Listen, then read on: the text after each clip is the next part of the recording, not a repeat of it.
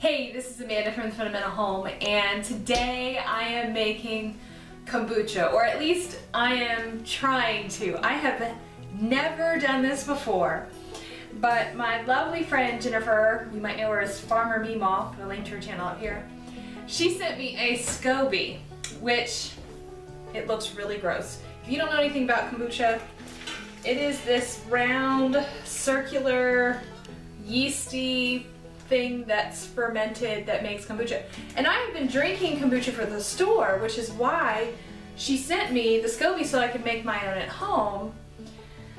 But you know how Rick is, it's a little gross looking, so he was a little unsure of it. In fact, let me tell you a story. So she told me she was sending it to me, and I had gone on a field trip, and I didn't know it was arriving that day, but Rick, I talked to him, I called him from the field trip just to let him know I was on my way home, and he said to me, "Were you expecting some kind of mushroom in the mail? It's leaked all over." So he was a little bit stressed. I told him no, it was a SCOBY. And Jennifer sent me some of the liquid that comes with it, and a lot of it had leaked out. So this is what is left. And Farmer MeeMaw has a playlist on her channel, and I'll link that up here too for you in case you want to make your own kombucha. And I have the computer right here next to me, just in case I forget any of the steps. But I've watched her how to make kombucha video several times. I think I've got it down. This was a start and stop thing because she said that you need a gallon-sized jar, glass jar, and I didn't have one, so I had to go purchase one. So this was, I think, $7 at Walmart. It wasn't too terribly expensive.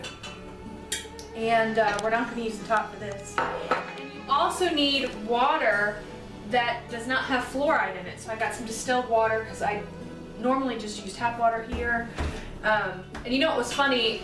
I'll get to that in a minute. So anyway, she said that if you didn't have enough liquid, you can just get your own organic raw kombucha from the store and use that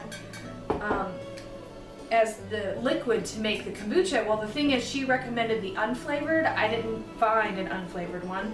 So I found a flavored one, and we're just going to go with this flavor and see how it tastes. I've actually had this one before, so I think the flavor in this is good. I'm not sure how it's going to affect the kombucha tea, but I'm just using what I have. You know, this was also $3 at Walmart, so I'm about $10 in, but it should make a gallon, and I don't know how far it's going to go from there because, like I said, I'm really new at this. But considering this much is $3, if I get a gallon's worth for 10, we're still coming out about even. So anyway, we're going to give this a shot. She said that the first thing that you want to do is go ahead and put your SCOBY in with the liquid, but she said if you're going to handle the SCOBY, you have to put vinegar on your hands.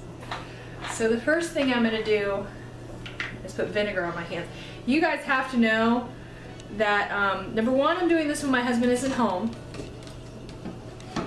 He probably would be less than thrilled about vinegar everywhere. But I'm not sure how this is gonna be when I actually touch it. Yep. Brianna's holding the camera for me. If you could get my face, babe. If you could see her face, she's a little bit grossed out. The SCOBY, I'm touching it now. It kind of feels like fish. It kind of feels like fish. It doesn't really feel weird too much. I feel like I wouldn't be doing something good to drop it, but there it is, it's going in. And I'm gonna go ahead and pour all of this liquid in. It does not smell good. It has a very vinegarish smell to it. And there's also this going in. I'm not sure about these little pieces, whatever. I'm gonna ask Jennifer about that. She was worried about it molding. I hope that's not mold. If it is, you have to throw the whole batch out. But I'm gonna assume it's okay. I'm gonna go ahead and pour all of this in. So we're gonna need the liquid. Here's my spoon. You can't use a metal spoon. I want to stir it, but the SCOBY's kind of filling the bottom. I might need something a little different to get to the bottom. Let me pause you for a minute no, you know what, before I do that, let's just see if we add all the other liquid if it starts to float to the top. So the other thing you're gonna add is tea. And she said you can use any tea. She recommended that you use a loose leaf organic tea, but she said Lipton tea works just fine. Well, I don't have Lipton tea, and the only organic tea that I had, there comes the scoby, it's coming to the top now, was my mullein leaf tea. So I figured I would just go ahead and use that, because I mean, why not, right? So here's what we have. I think it looks like I did it right. Okay, so the scoby's floating. That's a good sign, right? Everything looks good. I put the tea, and I want to say the tea was, I don't want to touch my face because I have vinegar on my hands. The tea was the mullein leaf tea, and I put a cup of sugar in it, let it dissolve, and cooled it to room temperature. And this is what we have. It looks right. What you're supposed to do is put a coffee filter on top. Oh my. Yeah.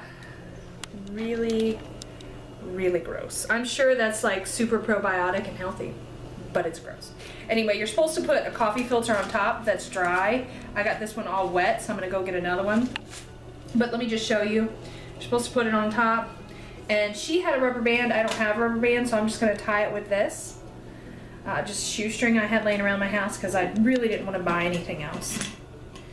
And that's gonna be that. She did recommend that you get a container with that you can have a spout and pour. So hopefully that'll be good. I don't know. So this is it. So what you're supposed to do is let this sit for at least 5 days. And she said she's even heard of people letting it sit up to 30 days. So I'm gonna put a new coffee filter on top and get it all wrapped up and let it sit on my counter for 5 days, or at least, depending on my schedule. And I'm gonna get back to you and let you know what becomes of the kombucha. I don't know where this is going. I don't know how it's gonna turn out. But there it is. That's kombucha. It's in my house. It's got a scoby. It looks good. Doesn't look too bad.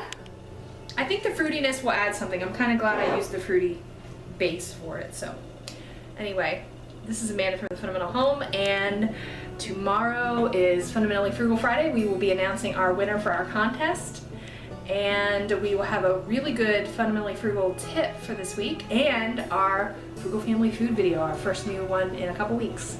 So make sure you check us out tomorrow. Thank you so much for being with me today while I'm making my kombucha.